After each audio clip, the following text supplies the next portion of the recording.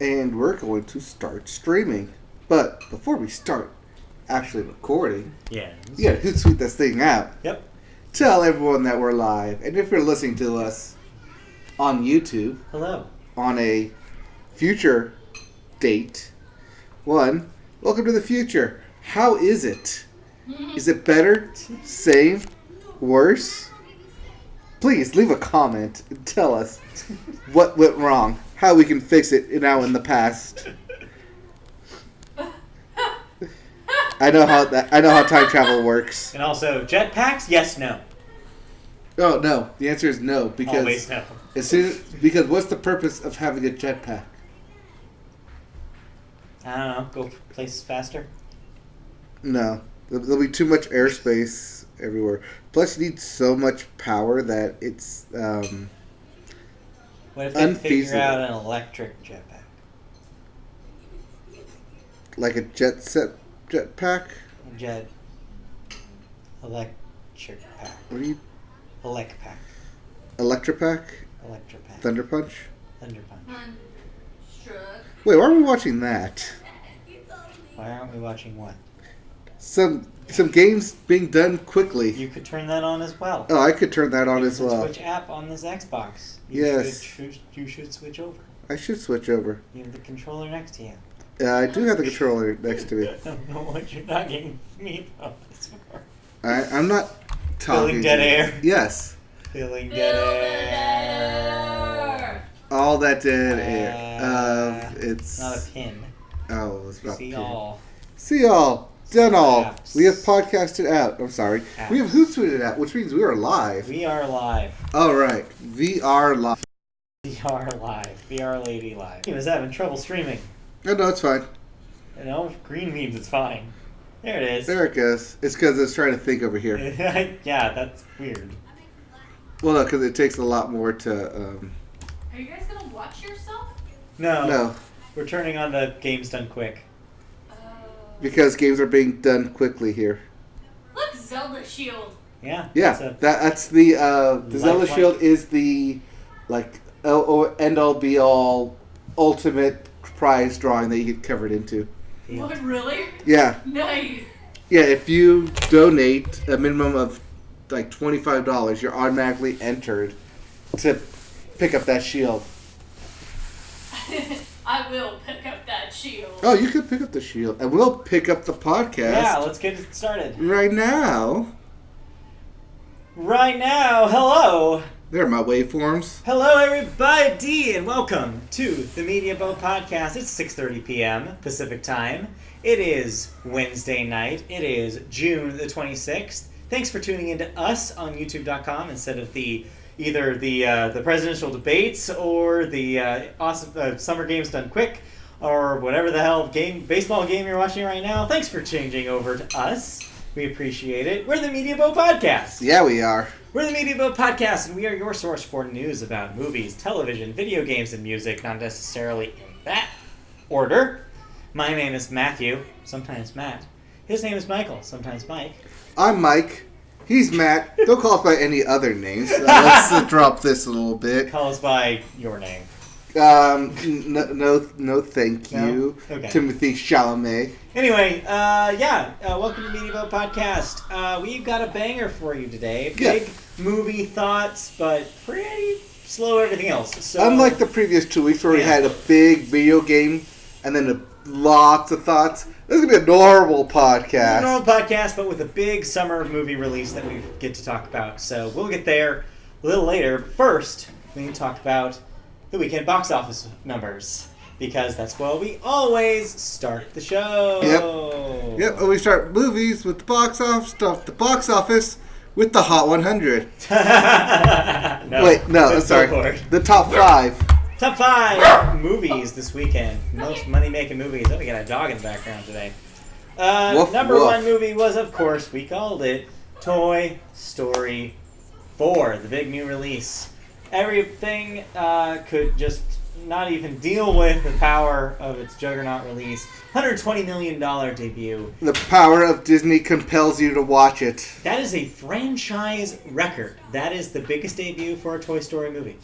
122? Can you believe that? Yeah. That's insane, considering like how big of releases like 2 and 3 were. Right. And Even the first one did pretty well. Well, even like Finding Dory and Incredibles did way better than that release. Yeah, but for a Toy Story movie, that's impressive. Yeah. So yeah, Toy Story 4, $120 million. Obviously blew everything else out of the water. Child's Play was at number 2 with $14 million debut. Yes, the other doll movie in Yep. theaters. Unrelated, completely unrelated. Aladdin slipped down to number 3 at $13 million, adding to its grand total of $288 million.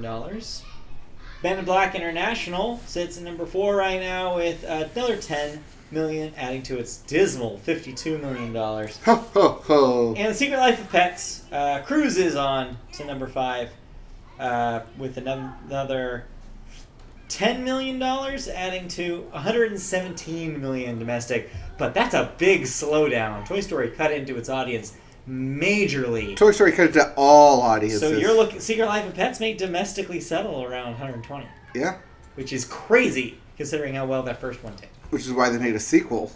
Yeah, but I guess they did. I mean, they probably knew that they were going to have to sacrifice theaters to Disney, but I didn't know that they knew maybe how significantly that would drop off. Oh, yeah. So yeah, bad news if you're not Disney, but great news if you're Disney because yeah, Toy Story 4 making waves.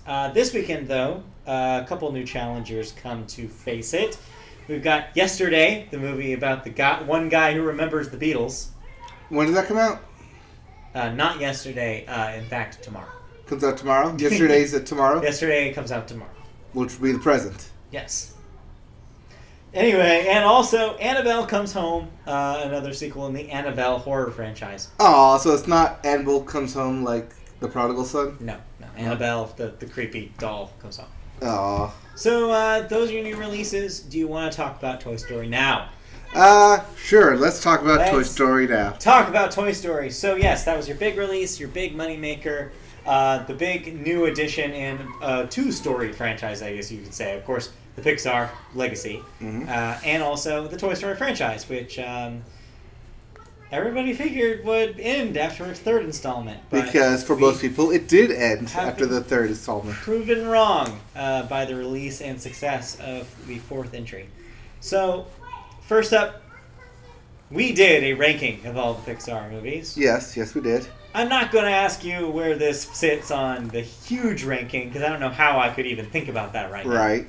But I will ask, where do you think this lies? Well, first of all, good, yes, no. And second, where does this lie on the list of Toy Stories? Good is an interesting line you're going with there. Yeah. Because I'm not sure if I think this is good. Okay. It definitely made me think while I left the theater. All right. But I don't know if I necessarily find this as good. Okay. I know it's probably in the minority there. What would you call it then? An interesting take on the first Toy Story. Yeah. Well, okay. I don't know if I'm with you there. We'll get into it in a second. Yes. But how would you rank it in the lineage of Toy Stories then? It sounds like you're putting it somewhere between 1 and 2. Yeah, I am. So you're 1, 4, 2, 3? Possibly.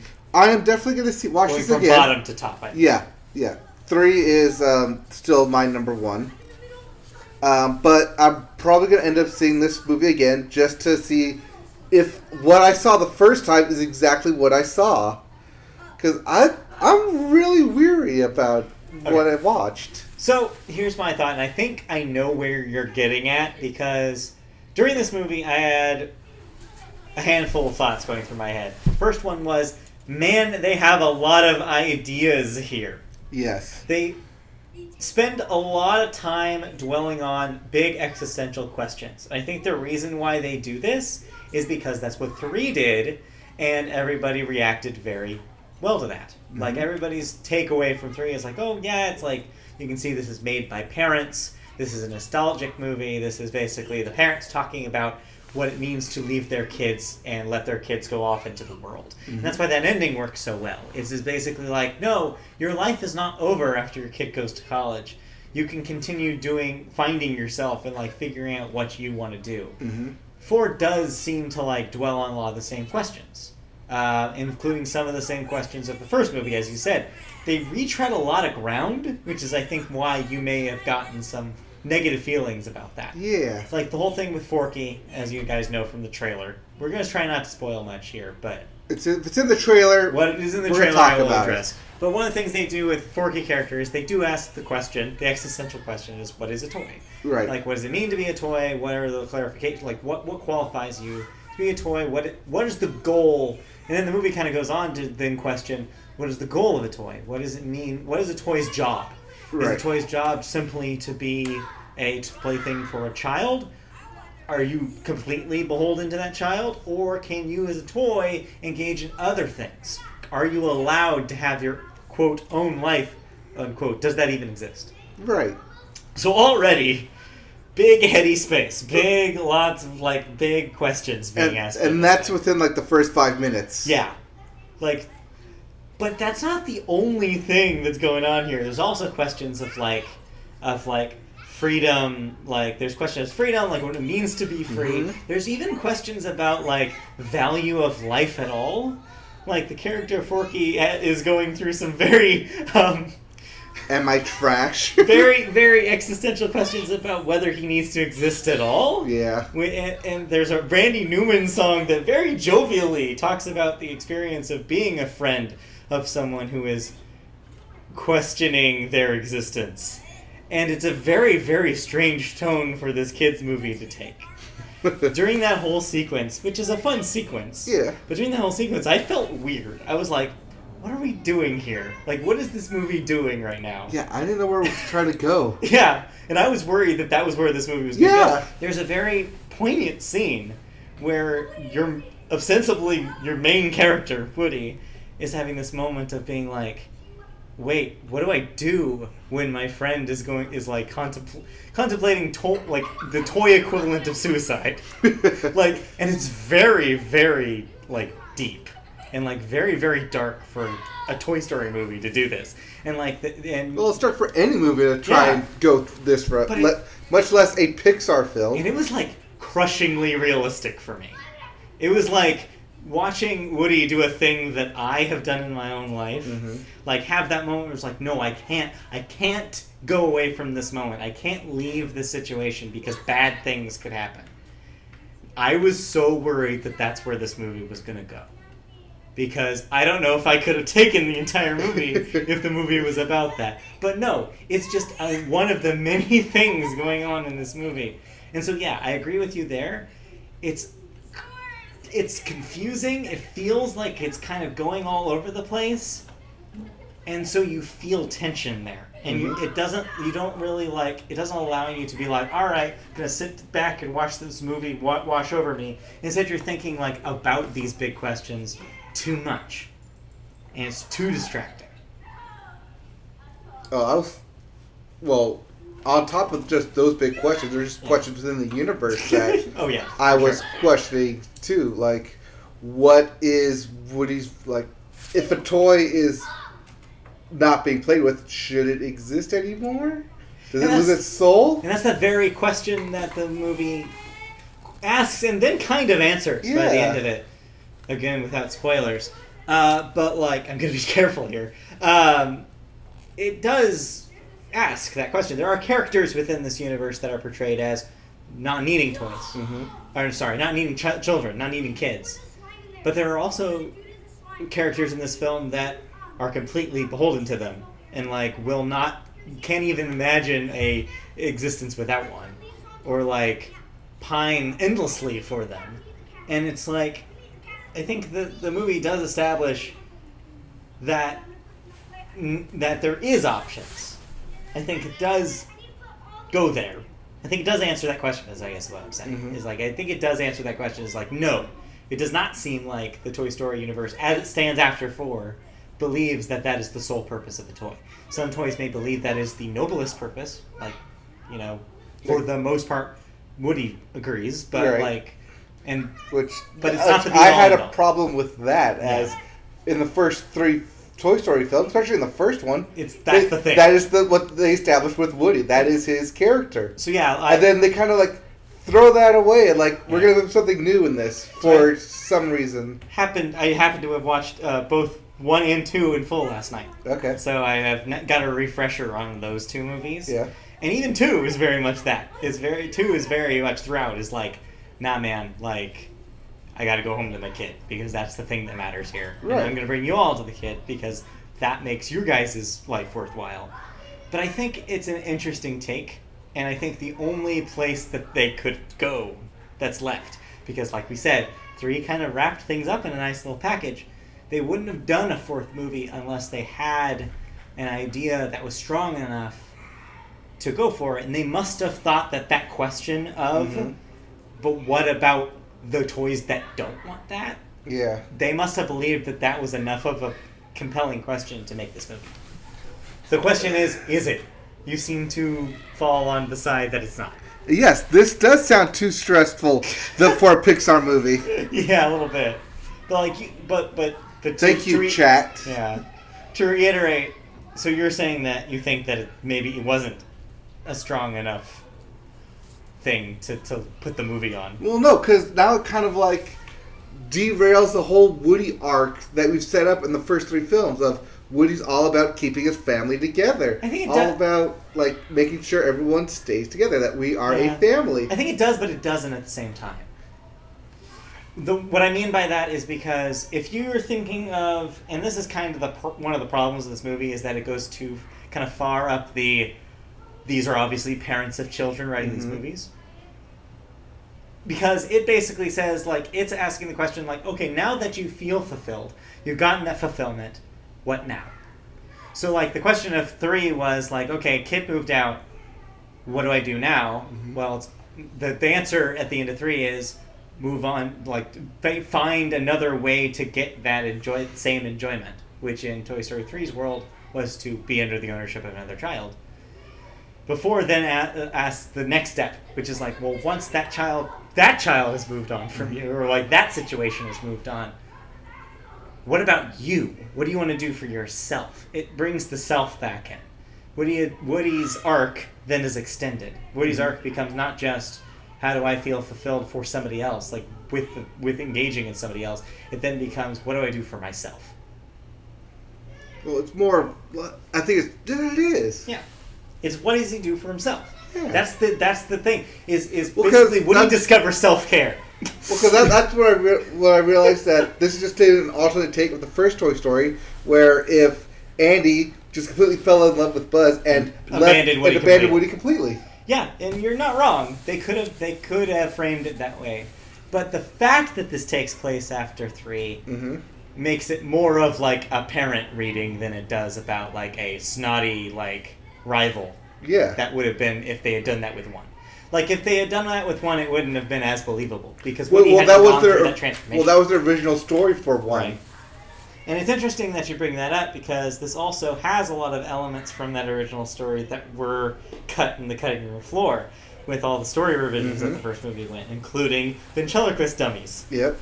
But like, we're talking so up here right now that we're not even really talking about the movie, which is how I figured that this conversation would go.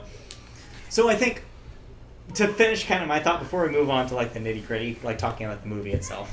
I want to kind of wrap up my thoughts and see where I differ from you is that I felt like that catharsis and the way that they answer that question about Woody's new arc at the end of that thing was good enough of an ending for me that it felt earned to me. Like, I was satisfied at the end of that movie, Well, but I could understand why people wouldn't be. Well, like I said when we walked out of the theater, that It feels like an epilogue. it feels like an epilogue. And you're 100% right. And I've told 2 people now that I've talked about the movie to that. And I've said that you said it. I quoted you because it's such a good word for what that movie is. Well, because the first 3 films feel like a complete story arc of a child growing up. They absolutely are. And that's what it is. And this is that side story that we've been talking about throughout, but haven't had the time to definitely delve into it. So now we're going to do it in this one film, and that's going to be the one film. Hopefully. Yeah.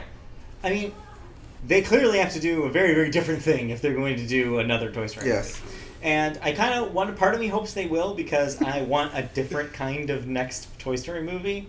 But I'll get to that a little later. Well, from the what's Kat say? chat, the chat actually asked that question. Uh-huh. So, well, the real question is, will there be a Toy Story 5? I don't think there will be a Toy Story 5. I think there will be another Toy Story movie, though. It will probably be a subtitled Toy Story movie Yes. or have a different name, like maybe after a character or something. Because I think that there are stories to tell about, specifically, I hope, about the world of Bonnie's life. Like, they only kind of, like, focus on half of this movie on Bonnie and, like, her toys. And I really wish that we got more of her toys. So if they do make another one, I hope it's really about that dynamic. About that group that was teased at the end of Toy Story 3. That group of toys. Yeah. I want a story about them, because I feel like that's the thing that was missing from this movie. Not enough of those personalities. Yeah, for having Toy Story 3 end with the toys being given to Bonnie, they don't really do a whole lot with the new toys. They're still very much focused on Andy's old toys. Right. Okay, let's use that as springboard then to talk about the actual movie here. So, Okay. forget about the existential questions, the big plot, how it ranks. Like, let's just talk about, as a movie, was this fun? Because to me, I thought this was so much fun. Like, it constantly moves. It's going from 0 to 60 throughout. It's like constantly bringing new gags, new characters to you, fun scenarios, fun situations. I thought the new characters were wonderful. I thought the Bunny and Ducky characters were hilarious.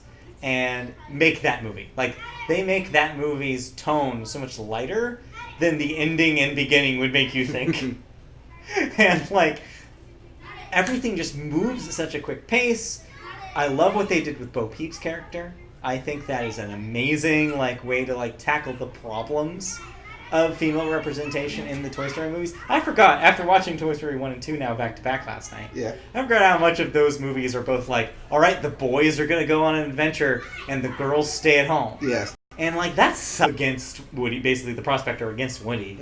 But, like, she doesn't get to do a lot of things. And here's a character, Bo Peep is a character who does so much, and does so much well. She gets to be, like, in charge in a way that Woody can't be, and really shows you, like, how, like, Woody doesn't even know half the time what he's doing. Brings that kind of in stark relief, where he's been, like, your lead for so long, that just those scenes where Bo Peep's like, no, it's this way, and this is how we do it, and you're wrong, were so refreshing and so cool. Which, that's been Woody's whole MO for the first two movies, is Woody does something, he figures out that he's wrong, and then tries to fix the problem he created. But, like, to see somebody basically just completely just, like, obliterate him in a second of that is just so cool. And I wish it would have happened earlier. But, like, there are just so many cool moments that I wasn't, I guess, preoccupied with the big existential things as I'm seeing other people have been. Because I just thought it was a fun time that wasn't saddled with the baggage of being in the main trilogy of the Toy Story movies. And I think it was fun. Alright, another question from the chat. Okay. Would any of this even make sense to the kid it was designated to entertain? So that's a good question, and that's why I think that it's almost like two movies kind of fighting each other. Yeah. Because what I just described is the part that the kids will love. The kids will love Bunny and Ducky. The kids will love the fun, like, antics. The kids will love the stuff in the carnival. The kids will love the bombast of it all and the pacing. The kids will love Forky because he's very, like, easy for a kid to understand. But the questions about identity, the questions about purpose of toys, like, that stuff gonna go right over their heads. Yes. The end of this movie is gonna be super boring for kids, I think, because they do kind of have to wrap up the emotional bits all in, like, a few scenes there, which I think were the peak highlights of that movie. I think that the emotional heart, there are two scenes I can't spoil that are specifically the best scenes in that movie. The kids won't care about those, but I think there's enough fun happening that the kids will at least enjoy most of this. It's definitely kid-friendly. There's definitely a lot for the kids, but seeing it through adult, grown-up eyes... It's a different thing. Yeah. It's definitely a different thing. I think that's what's going to happen with this film, is that kids are going to watch this film, enjoy it for one thing, but when they revisit it in 5-10 years, they'll probably see a completely different film. Yeah. And, you know, And that's kind of what makes a film exceed, is that when you rewatch it, you get a different take on it. So I think, like, overall, I would say that I really liked it. It has issues, and I think the issues are that it tries to do too much. Mm-hmm. But ultimately, I think it's a good Toy Story movie. I would probably put it, if I was going to rank it, somewhere between 2 and 3 for me. With 1 at the bottom. Because I still think 1 has a lot of issues. It does not age well at all.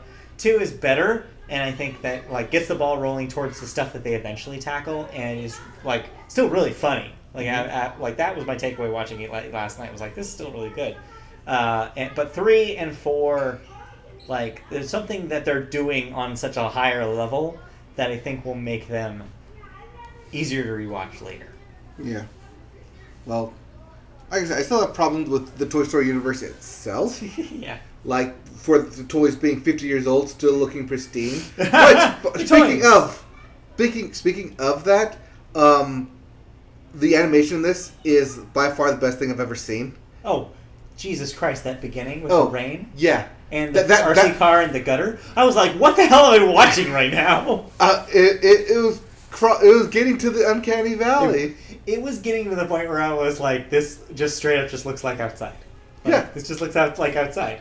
That's what I was looking at. I was watching this like, this is a tech demo for rain. This is a tech demo for mud. This is a tech demo for water hitting stuff. Like, it was so, like, in your face and awe-inspiring for the first, like, 10 minutes opening of that film that I was like, oh my gosh, am I not ready for this thing? Yeah. Also, so I had a thought, and I need you to correct me if I'm wrong. You're wrong. Does Toy Story 4, like, so all 4 of the Toy Story movies being as consistently well reviewed as they are, yes. is this now the best critically reviewed 4-movie franchise of all time? Because I think it might be. Yes, 4-movie franchise, yes. I can't think of a single other movie franchise that's gotten to 4 without having a really crappy installment.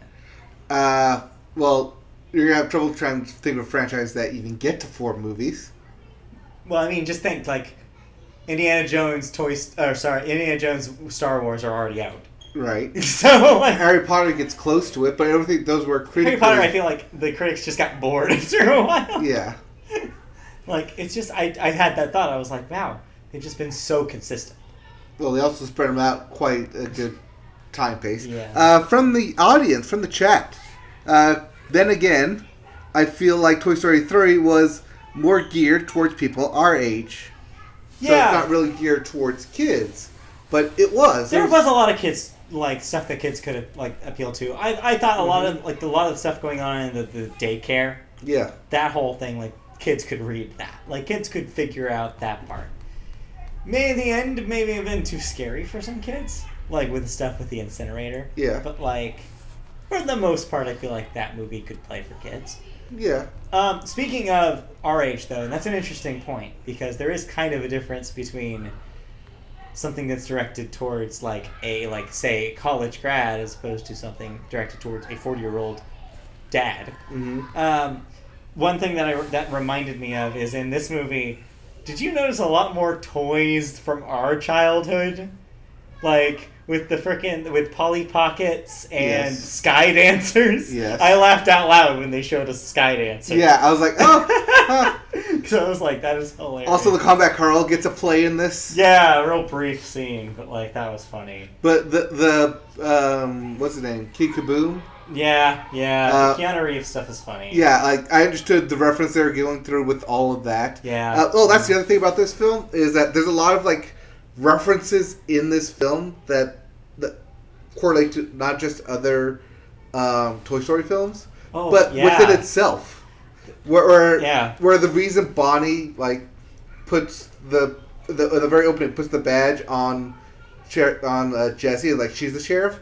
At the very end, you see not only the 2 cops are females helping the little girl. Yeah. As, like, this is her world. She doesn't necessarily see male characters as authority figures, but a female as an authority figure. Right. And then there's There's also a lot of Pixar references too. The antique store opened 1986. Yes. Which is the year incorporation of Pixar. Right. The toy that opens the jukebox. Yes. Is a reference to one of the first. Is the Tin Toy from Tin Toy. Tin Toy. Yes. There's a brief cameo of the grape pin from Up. Yes. But yeah, there's a lot of little stuff. You don't get a traditional Pizza Planet car. Instead, it's actually a tattoo of a Pizza Planet car. Oh, that's what it was. Okay. Yeah, that's what it was. Got it. But yeah. Anyways, Yeah. there's enough in here if you're looking for it. Yes. Get your Pixar geeking on. Okay, chat. Why does it just say Avengers? Do you just want to go see Avengers instead? Or how's this compared to Avengers? Oh, that's a good question because that's another thought I had.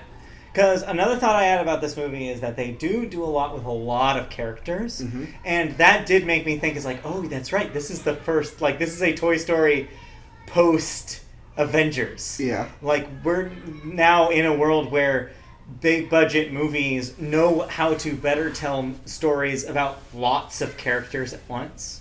And I was thinking about that, about this movie, because it does jump a lot more than the previous three did.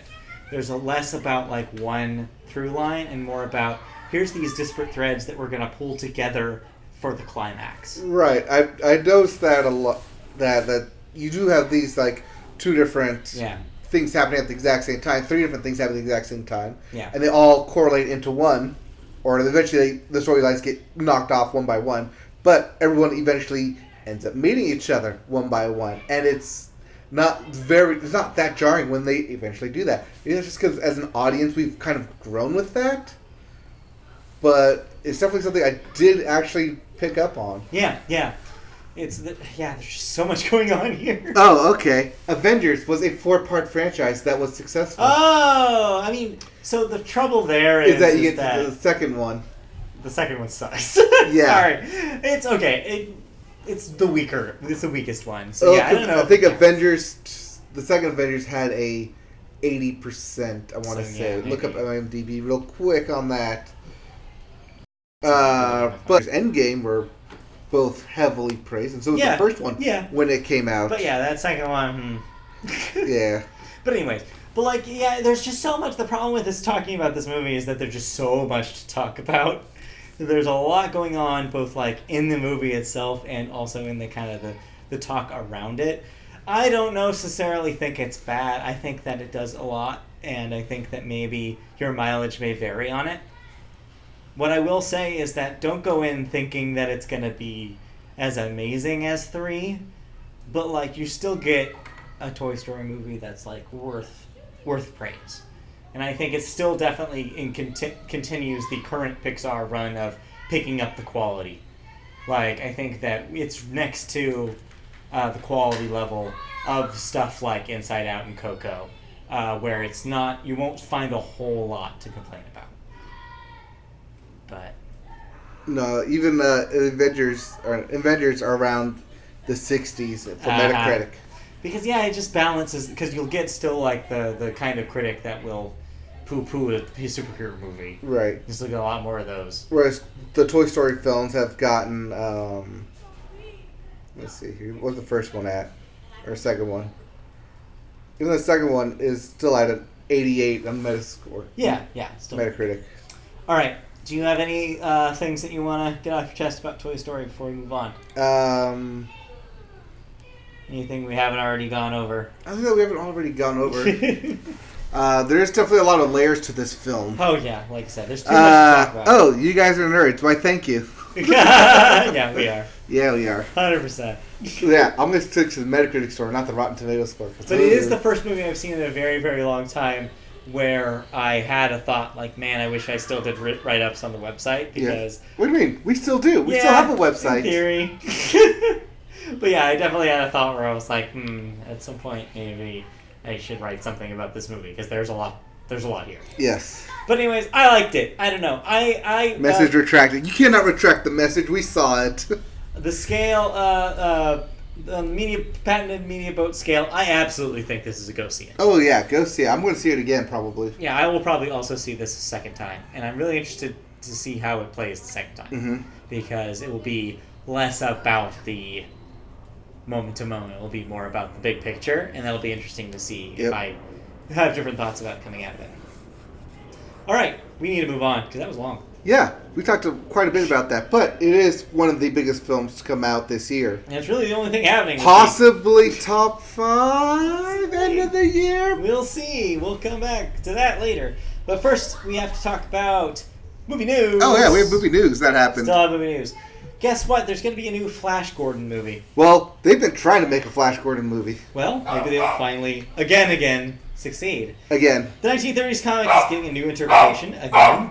Disney has hired Taika Waititi. They heard us say Flash Gordon. Yep. To write and direct the project, which is now being turned into an animated film. The project has been in development hell with Matthew Vaughn, your favorite, Yeah, my Matthew Vaughn. and Julius Avery, having been attached to direct it multiple times. Taika Waititi, however, was previously attached to the Michael Jackson Project Bubbles with Netflix before withdrawing that to scheduling, and thank God now. Yeah. Because I bet he's thanking his lucky stars he's not still on that project. Well, it says scheduling in Yeah. quotes, Mhm. so it's probably, they just say scheduling. He is currently in post-production on Jojo Rabbit, a satire set in World War II, where a young boy in the Nazi army is torn between family and duty. So after that, presumably he will go to work on Flash Gordon. Yeah, Flash Gordon, the animated film. That makes this more time. sense. I think that makes sense because I feel like doing that in live action may not work as well. I don't know. They do a lot of stuff with CGI stuff. So. Now here's an additional question before we move on. Does Queen featuring Adam Lambert do a new Flash Gordon song? Because that's one thing you remember from Flash Gordon is Exactly. Freddie Mercury Queen Exactly. doing the Yeah. Flash Gordon. Their new song. No, you get Imagine Dragons to do a new one. Ew, no, moving on. Our next story in movie news is about Anne Sarnoff. Who? That would be the former BBC Studios Americas president. Wait, why are we talking about BBC? Because she's been tapped to be the new CEO of Warner Brothers. What? Guess Warner what? Brothers having a female CEO? Yeah, it's happening. She was What the is- first woman to head Warner Brothers in its nearly 100-year history. This concludes a 3-month search following Kevin Sugihara's exit back in March.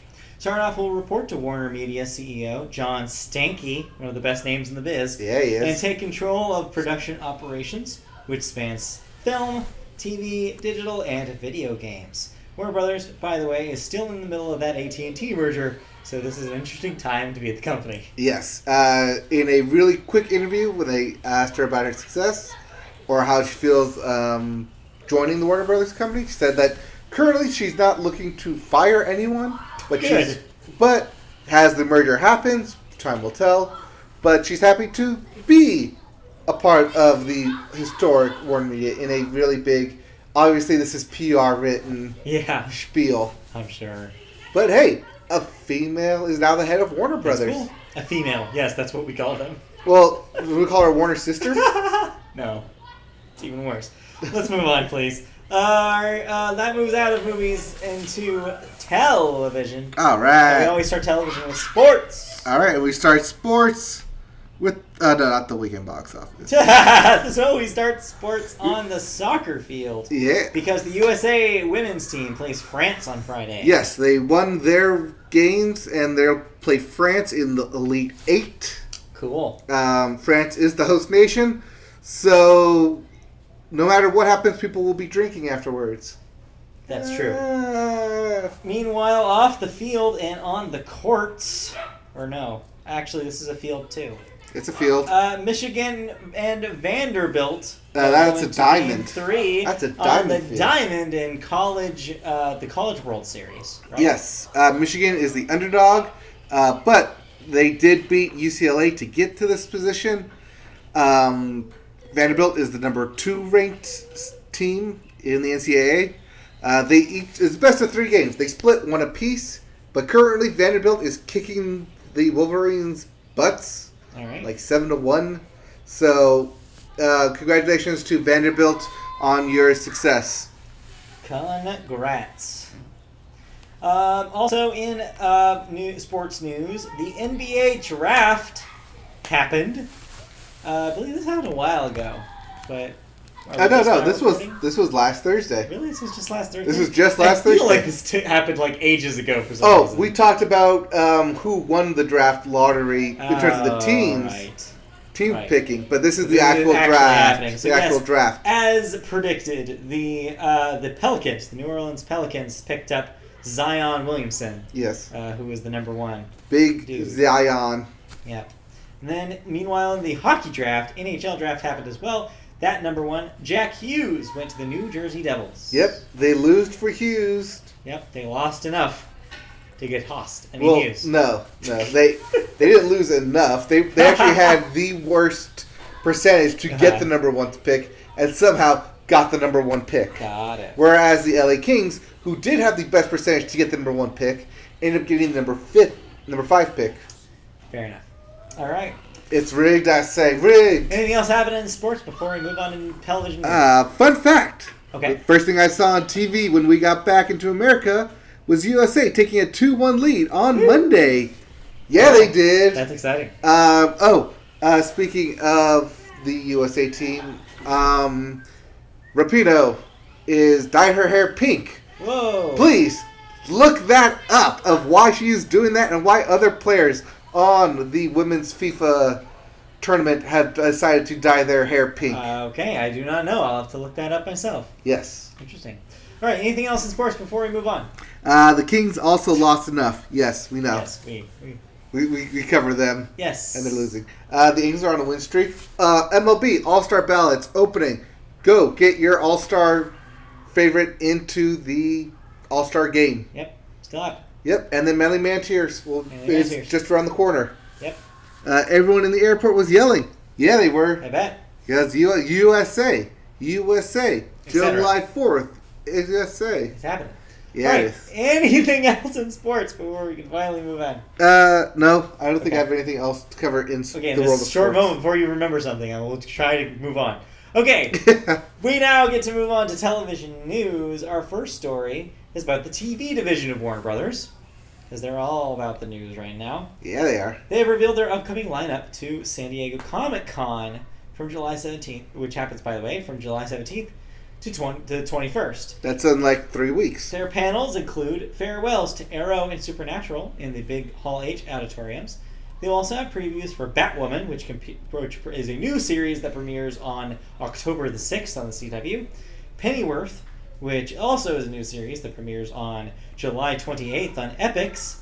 And Harley Quinn, a new series premiering on DC Universe. Yay! Also, they have stuff for Veronica Mars, the reboot of which that premieres on the 26th of July on Hulu.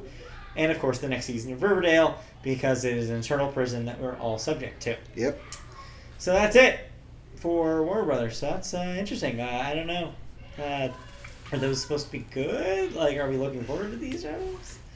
There's a Batwoman show. Yeah, I don't know. And then the Pennyworth prequel show. Yes. Weird that they're going with that. Weird choices here. Yeah.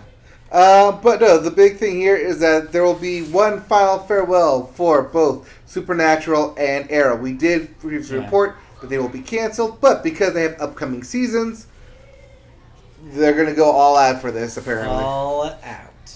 Yes. Also, it's kind of a slow news week. It is. That's why we're going into NBC News. Well, yes. This is not really... Well, I guess it is kind of. This is more Netflix news. Because it's all NBC of you News. Netflix streamers, one of your tried and true go-to shows to just stream on the background while you're sleeping or, I don't know, making food. Or you just don't know what else to put on Netflix. Yeah, is going away, but not super soon, but will go away at some point. And that is, of course, NBC's The Office. The Office will be leaving Netflix beginning in 2021. And after that, will be made exclusively available on NBC's upcoming streaming service. Which we all figured was going to happen. Makes sense. Netflix's current deal with The Office expires after 2020, which is why this is happening. Currently, The Office is the number one series on Netflix, having been streamed over 52 billion minutes in 2018 alone. That's a lot of minutes. Yeah, and it had half of that in just this past April. Yeah, that's a lot. NBC is planned to open that streaming service sometime next year. Yep. We knew this was happening when Disney announced their streaming service, and then Warner Brothers announced their streaming service, and so we figured NBC would announce their streaming service, especially since Disney now owns Hulu, so they're going to pull their content from there. Yep. Let's see. Eventually, we're going to have some other third party come in and say, hey, you can get all these streaming services, just pay us one monthly fee, and we'll give you keys for it. And then basically we'll have cable 2.0. Yeah. 3.0? What version are we in? 3.3? 3.0, I think? Because I think satellite was 2.0. So I don't know. This will be 5.1. Cutting the cord stereo surround. So yeah, something like that. I don't know. That's weird. So you have just a couple more years left with Netflix Office. Yes, so Netflix did put out a tweet saying, while yes, The Office is leaving, you can still watch it ad free in all caps. Yeah. Over on Netflix still. It's true. All right. That's it for television news. Yep. Do you have any thoughts about any television that happened this week? I watched 30 seconds of Holy Moly and then left the room. Oh, Holy Moly premiered? Yes, it did. Okay, how was that? Like I said, I watched 30 seconds of it and bailed. Okay. Because when I figured out it was Wipeout meets mini golf, I was like, I don't need to watch this. Yeah, it's what it is. It's Wipeout meets mini golf. But other than that, I do have something real brief to talk about. Okay. I watched, I have been watching, I guess. It's actually premiered a couple weeks ago. But Disney's new animated series, Amphibia. I think you brought this up to me on the podcast. The podcast. One door closes with Star vs. the Force of Evil, and another door opens as they've premiered their new animated series. And it's not quite the same thing. Less lore heavy than the pilot makes you imagine it would be. But there are some things that they could dig in later. But really, this is just a real top quality, like, gag-based, like, show. Like, it's very kind of like the first season of Star. A lot of real charming characters, a cool world that they're developing, a real cool lead who's like fun and like sassy in the right ways, and like just some really great comedy writing. Like, it's made me laugh out loud a lot. The animation's beautiful because I don't know what the hell they do over at Disney, and I don't know why all their stuff looks so good. Well, in this case, it's actually the studio's Rough Draft, who you of course know. They of course do The Simpsons now. They were responsible for Futurama. They also do Rick and Morty. So this is kind of them venturing into some more kid-friendly content. Okay. The vibe of it is somewhere in the middle for me, between like Gravity Falls and Star. It's like somewhere in the middle there, where it's like kind of got some sort of atmospheric stuff going in the background, but mostly it's about let's focus in on these characters and these jokes. I'm enjoying it so far, and it's only 6 episodes into its first season run, so give that a try if that sounds appealing. Right, well, even Star, like you said, in the first season was completely separate from what it ended up being. So I'm very interested to see if this goes in that same direction, because the first episode, the pilot, does hint at some overarching serialized stories that they could tell if they wanted. Mm-hmm. So it'll be interesting to see where it goes. Okay, sounds good. But that's the only television I watched. I did not watch anything new because my attention was focused elsewhere, yes. Which we'll get into later. Yes, we will. So let's move on out of television and into cancellations and renewals. All right, what am I no longer watching? Well, you are still watching on Netflix I Think You Should Leave, starring Tim Robinson. Oh, I thought you were like I wasn't giving me direction. you should leave. I'm telling you that the show I Think You Should Leave is getting renewed for a second season. Okay. I watched about 10 minutes of this and didn't finish it. Seemed funny from what I could see. It's a sketch show starring Tim Robinson. So yeah, I don't know. I might eventually get back to that. Okay. Meanwhile, on the Paramount Network, Yellowstone has been renewed for a 3rd season. The Rain on Netflix, which is a show I forgot that existed, will end after its 3rd season. Okay. Upcoming 3rd season. Upcoming 3rd season. Yep. And that's it for renewals and cancellations. Real briefly, I did watch something on Netflix called Awake, where they have contestants stay awake for 24 hours and then put them through some physical activities. Okay. And They're really bad at it? Yeah. Yeah. But they have a chance to win $1 million if... So they put these 6 contestants in a room and they tell them to count quarters for 24 hours. And then at the end of the 24 hours, they ask the contestants how much they counted. Uh-huh.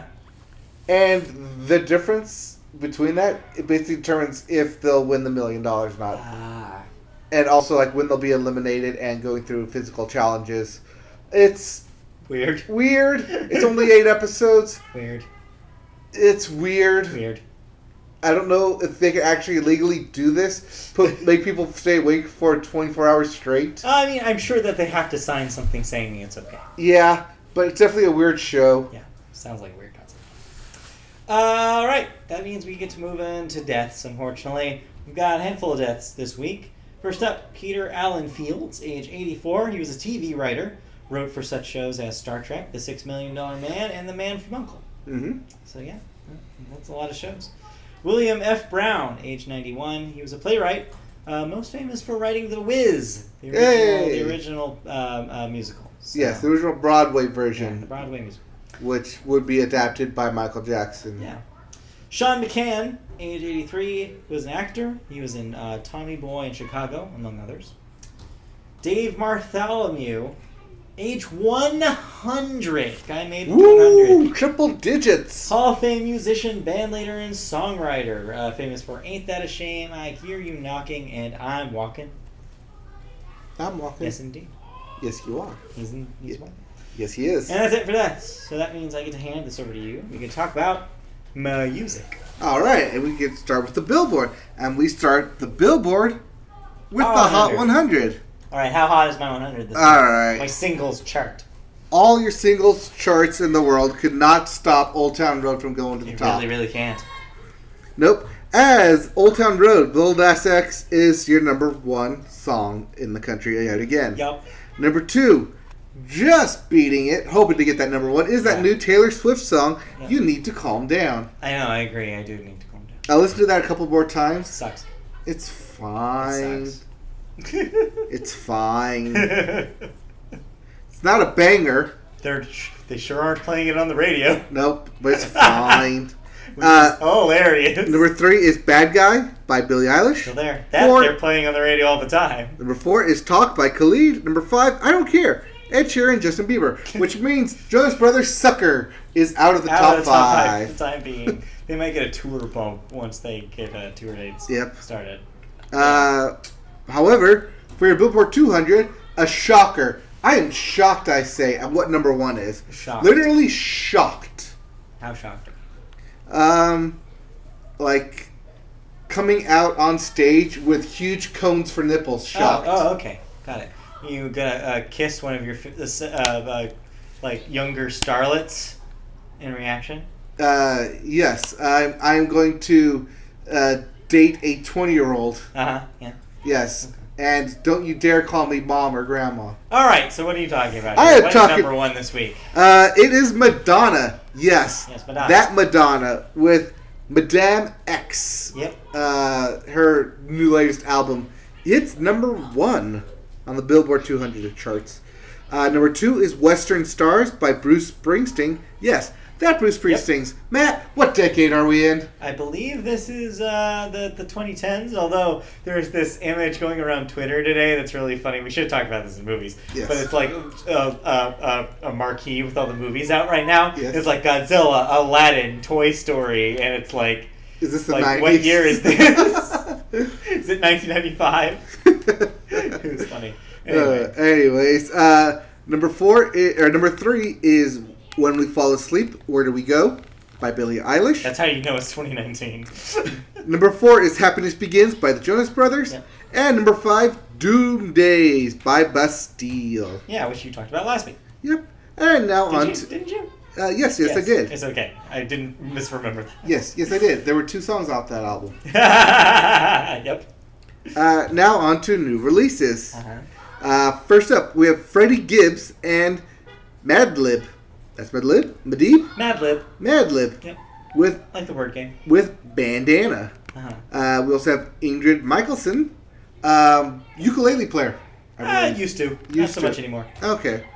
With Stranger Songs. I don't know whether that means that the songs are stranger than stuff she's done before, or whether that means that the songs are about strangers. It's a strange thing for songs. Maybe it goes along with Stranger Things. Yeah, I didn't think about that until just now. We also have Make Under with Pale Cicada. I don't know who they are. I just Cicada. like that name. I just Make like Under? Make Under. Yeah. We also have Outer Spaces. With, Yes! Sorry. Gazing Globe. Very excited for this one. This is why you put this on here. Yeah. No, I was actually on the list, believe it or not. Oh, it was on I the did not list. add this myself. Okay. And lastly, new releases, The Black Keys. Yes. Yes. Those Black Keys. Yes. With Let's Rock. I saw a really Let's good. not. So like there's like other kind of publications, kind of like The Onion with like Yes. fake headlines. I saw one of those fake headline ones. One's specifically about music. I think it's called The Hard Times. They did one for this saying the Black Keys finally just give up and release a song called Ford Commercial. Oh, that was really good.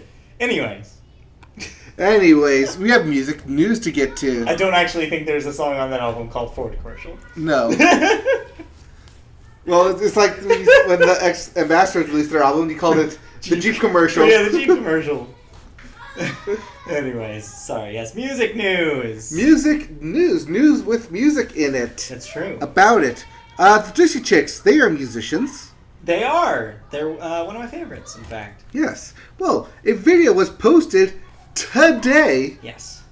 This is breaking news, by the way. Breaking news. Yes, posted today by the band that confirms a new album is in the works. Finally. Using a baby app.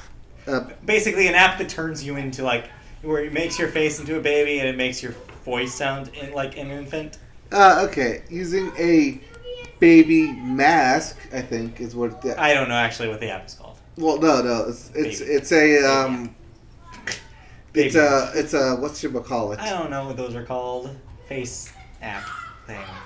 Filter. Filter. Thank you. Yes. I'm thinking here like John Cena. Yeah, you're like Can't touch me. can't touch me. Can't That's see not me. John Whatever. Cena. A filter app using the baby filter using the baby face that makes them look pre-adolescent and sound helium voiced. Uh-huh. Natalie Maines, Emily Robinson,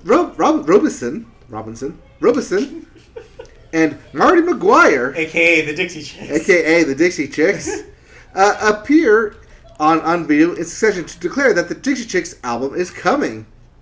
Lest anyone think the blessed event is imminent, the camera then pans to writer-producer Jack Antonoff, Surprise! who solemnly deadpans says, "Someday," as we all kind of figured, eventually the Dixie Chicks would release a new album. So, the internet has reacted to this in two ways. One, everybody's super jazzed about a new Dixie Chicks record because it would be their first since 2006. Right. With their Grammy Award-winning "Taking the As Long the Way." photo here Yes. proves. But they were conflicted due to the presence of Jack Antonoff, who is presumably producing this thing. Yes. Which is confusing. I'm sure he knows of the Dixie Chicks. I mean, okay, he did good work with Taylor Swift on 1989. Yes. I'll give him that. But beyond... Oh, and he did even better work with Lorde on Melodrama.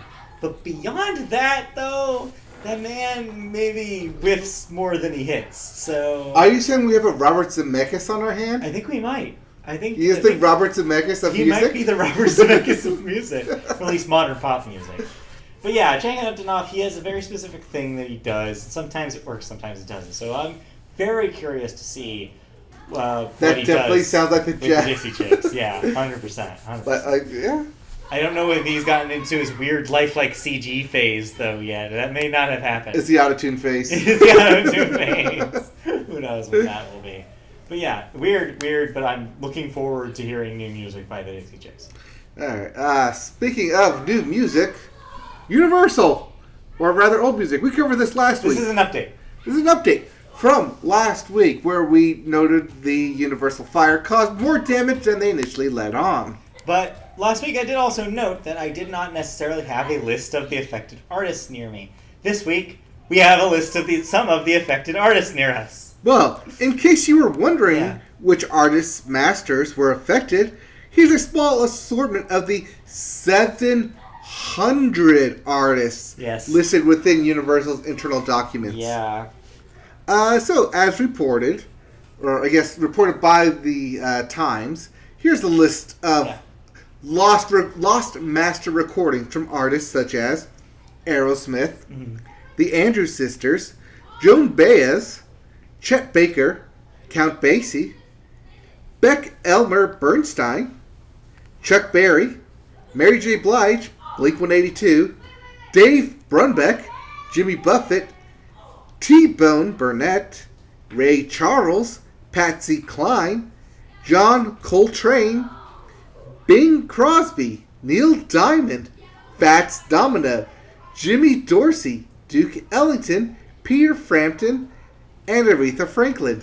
So if you consider like a list of the greatest artists of all time, a lot of those names that we just read show up. I was going to say, is this a Grammy list of the greatest hits? Maybe except for Blink-182. But like what we're talking about here is that the masters of some legendary records are involved in this. And the fact that Universal's being so blasé about this is terrible news. And by the way, that was only half the list I Yeah, that's mentioned. not even close to the complete list. Oh, no. I mean, I could go on. Yeah. Should I? No. Okay. But yeah. I think you get the idea. You get the idea. Like, a lot of stuff has been affected here. One of the more fascinating things that was in the story that I read, by the way, that I couldn't write, that didn't have room to write, but is that apparently in these internal documents, Universal tried to, like, sort these somehow, and they sorted them in the cheesiest way possible. They sorted them into A tier and B tier. Artists? Like, they were, like, in some sort of, like Ranking the artists? yeah, exactly. And so like there's A tier artists and like B tier artists, and it's just so bad. Who they considered A tier? Yeah, you gotta wonder, right? So yeah, obviously, we're still hoping that Universal does what they need to do and like does something about this. Maybe gives money towards organizations that do like work towards music preservation and don't just wipe this wipe it under the table, because like I'm sure that's what they want to do. They just want to move on, pretend this didn't happen. Oh no, but it did happen, and these are master recordings. Yeah. Sure, we have digital files, But it's just backed not, up, but not no. the same thing as a master. No. So yeah, this sucks, but we're continuing to learn new things every day. I mean, who knows? Maybe Chuck Berry can come in and do another recording. No. No? No. What about John Coltrane? No. No? Anyways, let's move on. Alright, moving on to thoughts, and we have some thoughts. Do you? Yes.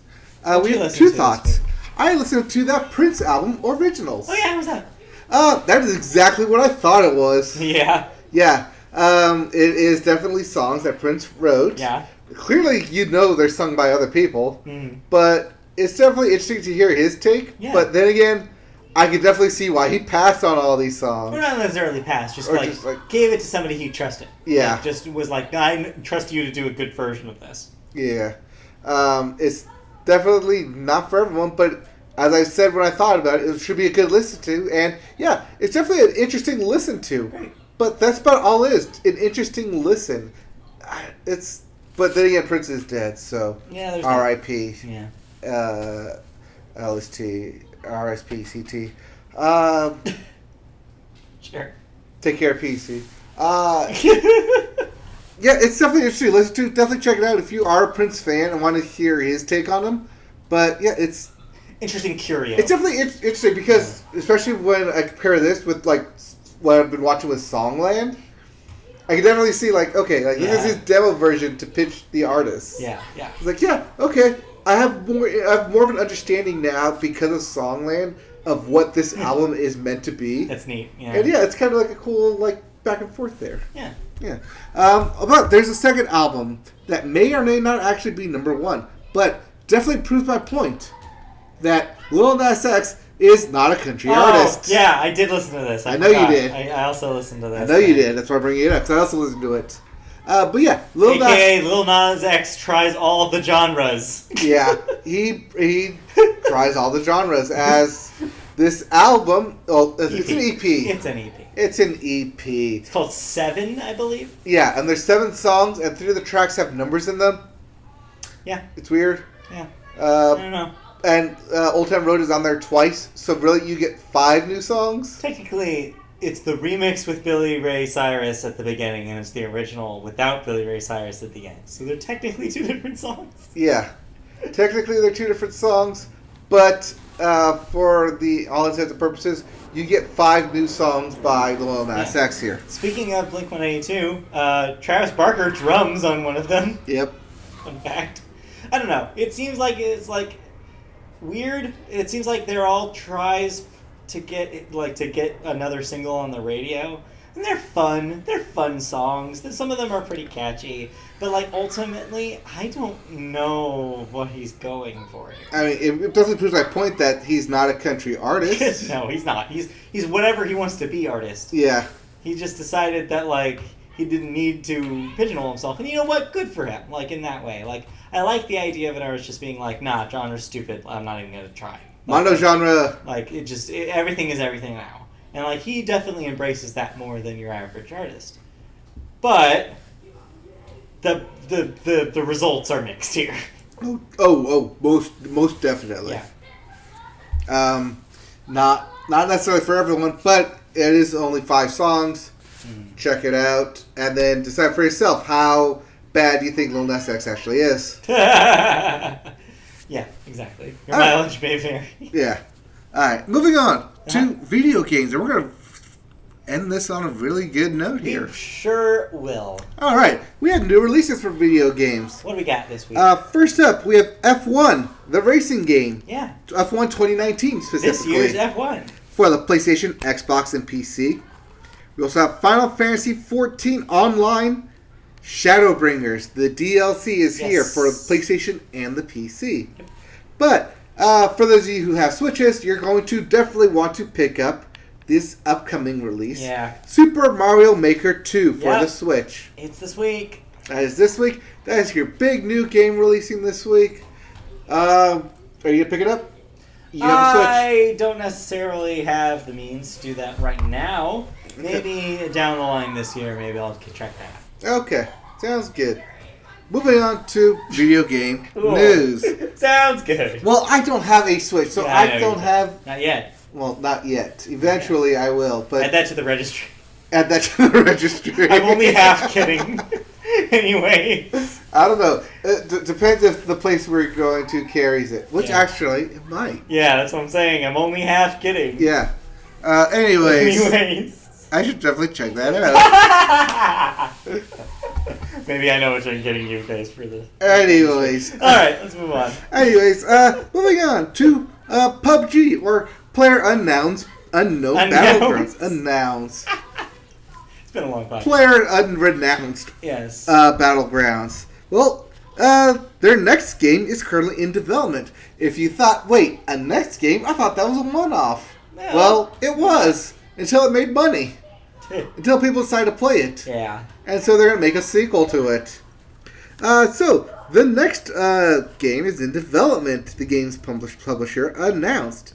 The as-yet untitled PlayerUnknown Battlegrounds 2 is currently being made by a new studio named Striking Distance, which has appointed ex-Call of Duty and Dead Space developer Glenn Schofield as its CEO. Yeah, this is interesting considering that the heat that they've got over the last year from Fortnite and other competitors in the Battle Royale space. Yep.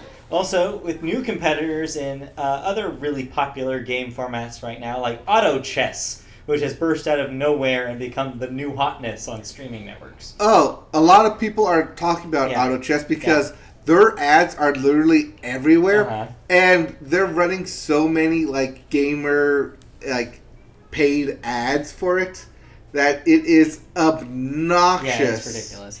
So yeah, obviously they looked at this landscape and were like, yeah, this old game isn't gonna push it anymore. if we do something new and innovative, maybe eyeballs will go back to them. Yeah, they're gonna try. Yeah, As the project is seemingly in its infancy, so little is known about the game at present. PUBG Corp's press release states that the game is a, quote, original narrative experience within the PUBG universe, end quote. While Schofield hints the game might not be a Battle Royale title. This sounds like a reverse Titanfall. Maybe. Where Apex Legends takes place in the Titanfall universe. And this is in the PUBG universe, but it's a different game. Yes. Yeah, it could be interesting to see if they try to carve out their own space. Yeah, well, Schofield said that, quote, as a creative, the freedom to explore the PUBG universe has me excited about the possibilities, which I view as beyond the Battle Royale genre. He went on to tweet that the game is not a sequel, but based in the in-game universe. So yeah, it'll be interesting to see if they can carve their own space out, like, and kind of get that goodwill back. Because yeah, when PUBG came out first, like, it was the big deal. It was the thing everybody was talking about, everybody was playing, but it just got overshadowed by so much. Oh, so much. We'll see if they can do it. All right. That brings us to our next news story, and this is an ongoing news story. This is less a news story, more a PSA. Okay.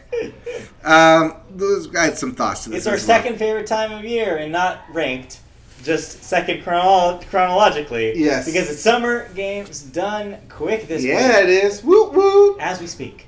Oh, it's been so fun to watch Summer Games done quick. They did a Borderlands 3 co-op, 3 people run. I caught a bit of that. Oh, that was so fun. They actually had developers from Gearbox on the call via Discord, because they're sponsored by Discord, chime in on while they were running Borderlands 2. And as they were breaking it, the developers were going, yeah, that was never intended. Yeah, we forgot about that. It was like, yeah, that's just a rock to put that there. Yeah.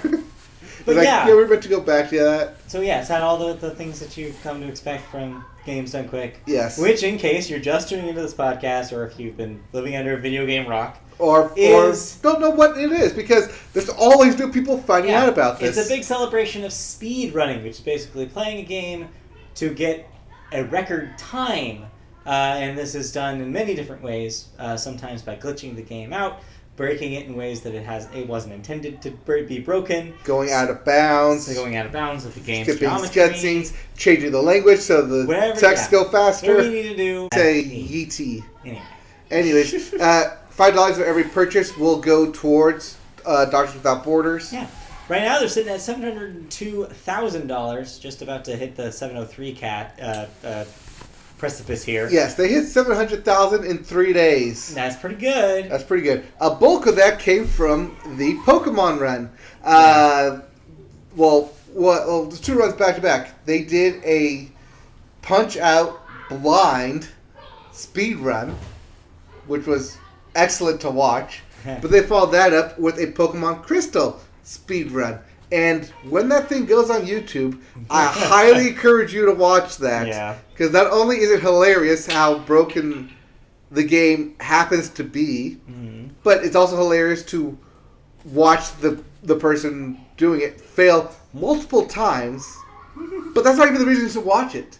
As about halfway through, they bring up the lack of the national dex in the upcoming Pokemon. Oh. So, in order to do a solemn tribute to that, they do a national dex donation train. Where people donate what the Pokemon number is relative to the dollar amount, citing their favorite Pokemon. Aw, that's cute. So you'll get 100, most people usually stay within the original 150, but then you'll get Glaceon at 725, Skarmory at 222, and just all these random donations. And within just that one segment of 2.5 hours that they speedrun the game, they hit 6 different incentives. To the fact where they had to add 2 more incentives, and then they hit those as well during the speed run. That's cool. It was insane. It was so glorious to watch, and it makes me so happy that stuff like this happens and exists for it. Yeah, that sounds really cool. I'm obviously not a fan of people freaking out about the National Desk stuff, and I don't agree with that being the impetus for this, but I think that as a concept is a cool idea. Yeah. Anyway. But this continues throughout the all week, Sunday to Saturday. My favorite run is going to come up tomorrow morning, which is the Kingdom Hearts 3 speed run. Of course. Co-opt that will be followed up by a Mario 4-player race blind speed run. Gotta love the Mario races. I love the Love Mario races. not just the Mario races, but the co-op, not the battle, the versus matches. Those are always fun. Always fun. So that continues through the weekend. Through the weekend, through Saturday. Okay, so check that out. Yep. And that will do it for video game news. Yes, but we have one game to talk about on video games. Real briefly, I just wanted to say that last week I said I had bought a copy of MLB The Show 19. I have jumped into that officially. I'm enjoying it. It's the show. You played more of it? Yeah, I played some more of it. I've been pitching up a storm. Okay. I'm playing as a pitcher right now in the Double A's, so hopefully to get called up soon. I've been kind of learning the ins and outs of the pitching mechanism of the game. Been seeing some of the new stuff that they've done for Road to the Show, which is their follow a player mode. Mm-hmm. For example, they've added personality stuff, and that works into a new system where they actually have you communicating with your teammates. And this goes just beyond dialogue trees too. You can talk to your teammates and get to know them, but you can also train with your teammates, which is a cool new feature. Okay. So, for example, if you're a pitcher and you want to learn some tips from, say, a famous pitcher on your team, say, if you want to learn how to be as good as fucking Skaggs, you can take some pitching lessons from fucking Skaggs. If you choose to. Take all the bad lessons from fucking Skaggs. So yeah, and in Double A's, this isn't as cool because it's basically made up people that you're training with. Yeah. But when you get into the majors, it becomes a neat idea, and I like some of the directions they're going with it. But generally, all in all, though, this is the show. If you've played the last couple of years, you know exactly what this thing is. Okay. You know what you're buying if you're going to buy it. And really, it's just roster updates. It's like sports games in 2019 in a nutshell. It's right. You know what they are at this point. Their roster updates, their stadium updates, their tiny bit of graphic updates. And there's the occasional new feature, but really, you're buying this game to play Major League Baseball on your home console because it's the only game in town to do so. Yes. The exclusive rights for PlayStation. So I recommend it if you haven't bought a baseball game in a while and you want one. That's literally the only criteria. Okay. So that's it. All right, sounds good. But that will do it for us here at the Media Boat Podcast. Sure I did not play a game. No, so we have to move on. Well, so we have to move on out. Yeah. Well, you played Everybody's Golf. Some of it. Yeah. We did play some of Everybody's Golf. Yeah. It's fine. It's a golf game. It's a golf game. All right. That'll do it then. Yeah. That's it for video games. That's it for video games. That's it for us. Okay. That's it for podcast. Time to plug away. That's it for the Media Boat Podcast. Thanks for joining us here on YouTube.com if you're watching us live, or on our many, many options to hear my voice crack on podcast form.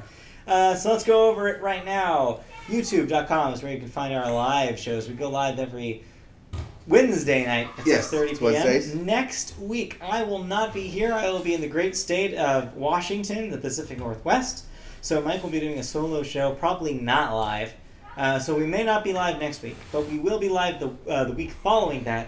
So have a safe and sane 4th of July week out there. Oh, that's right. Next week's the 3rd. Yes. Ooh. Yes. 4th of July is on a Thursday. On a Thursday this week, or this year. Yep. But week. You can catch us when we are live on YouTube.com. Just search Media Boat Podcast to find us.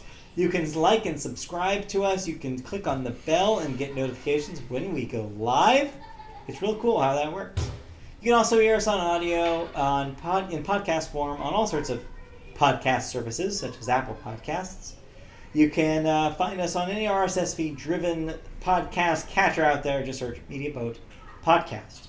We're also on social media. Media Boat Cast on Twitter. On Facebook, just search Media Boat Podcast and you'll find us. You can like our page there and comment if you'd like. You can also email us if you have any questions for us any comments and corrections, whatever you want to tell us. MediaBoatPodcast@gmail.com is that email address where you can ask us anything. We also have a Patreon if you want to help us out with money. Patreon.com/MediaBoat is where you can go for that. You can donate to us as little as $1 a month. That little amount still helps us run both the live streams here, the podcast hosting, and the website hosting. So all of our things will benefit. So please consider being a patron at patreon.com/MediaBoat. And lastly, if we ever get around to streaming a video game, which Mike has been doing a lot better than I have, Twitch.tv/MediaBoat is where you can go and watch us play video games. So check that out.